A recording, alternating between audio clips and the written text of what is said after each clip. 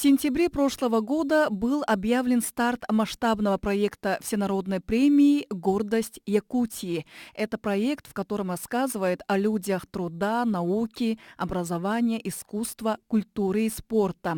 Организатором премии выступил холдинг «Саха-Медиа». Гордость Якутии – это всенародная премия, которая получила огромную поддержку у населения нашей республики. Во всех наслегах, районах и деревнях, городах и селах голосуют за своих героев. Получилось так, что данный проект поддержали практически все жители нашей республики. И мы, соответственно, тоже гордимся за победителей по каждой номинации. Их будет 12 в этом году. Сейчас мы организуем заключительные голосования по 2 номинациям.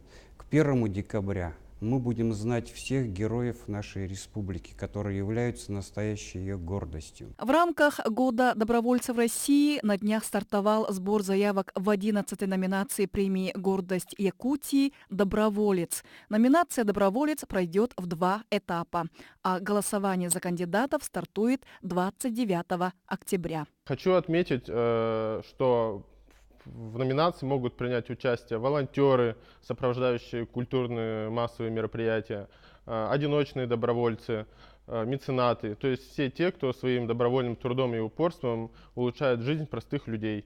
Также хочу отметить, что были обращения от якутян выставить кандидатуру не человека, а объединения.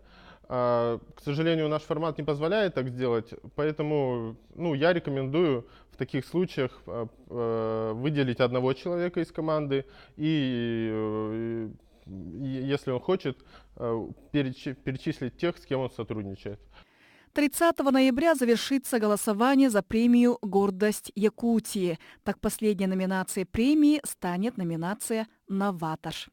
Наталья Колесова, Гаврил Дичков. Новый день.